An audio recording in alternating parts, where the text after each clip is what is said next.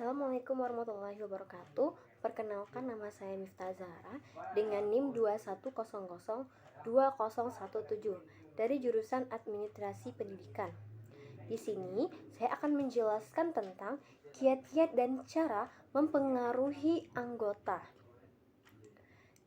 Kita sebagai seorang manajer harus bisa mempengaruhi orang lain atau bawahan kita ketika kita menjadi seorang pemimpin.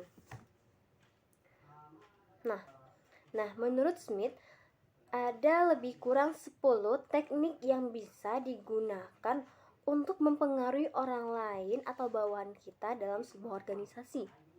Yang pertama, teknik influencing, yaitu cara kita mempengaruhi orang lain dengan menggunakan posisi kita atau jabatan kita yang lebih tinggi dari mereka. Nah, ketika kita menjadi seorang manajer, maka kita dapat dikagumi orang ataupun dapat dihargai orang.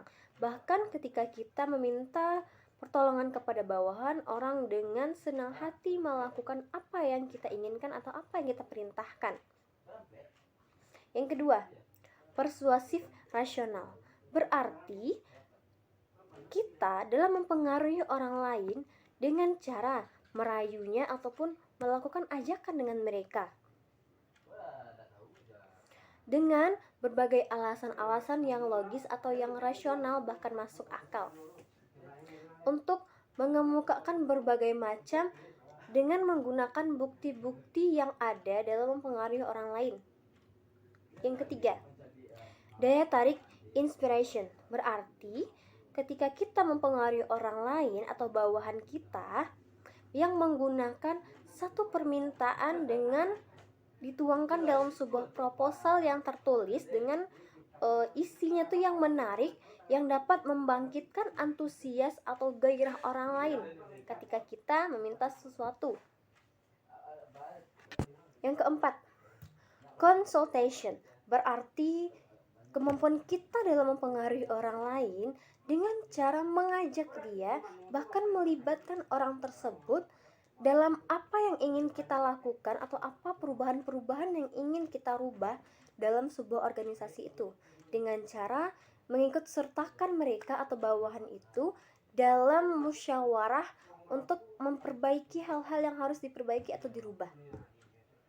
Yang kelima, ingredient.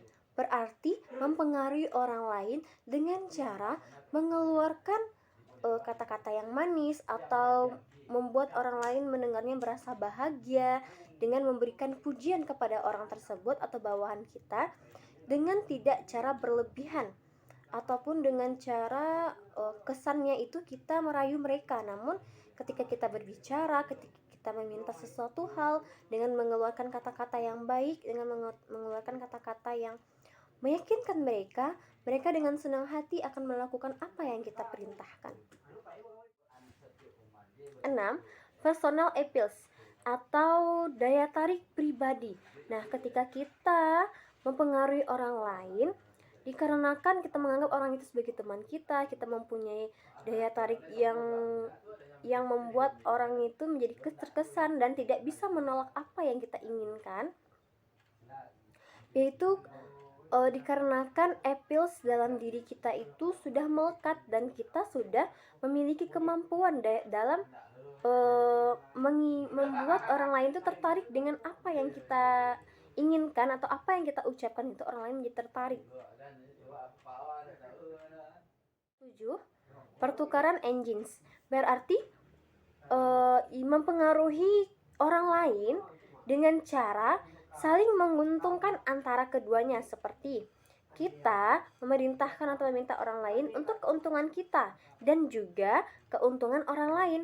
Nah, di sini adanya pertukaran keuntungan antara kedua belah pihak dan saling menguntungkan. 8. Coalition atau koalisi, yaitu mempengaruhi orang lain dengan membujuk mereka agar melakukan apa yang kita inginkan dengan bujukan yang menyentuh hati mereka, yang membuat mereka tuh merasa dihargai dan mereka akan melakukan apa yang kita perintahkan itu dengan senang hati. 9.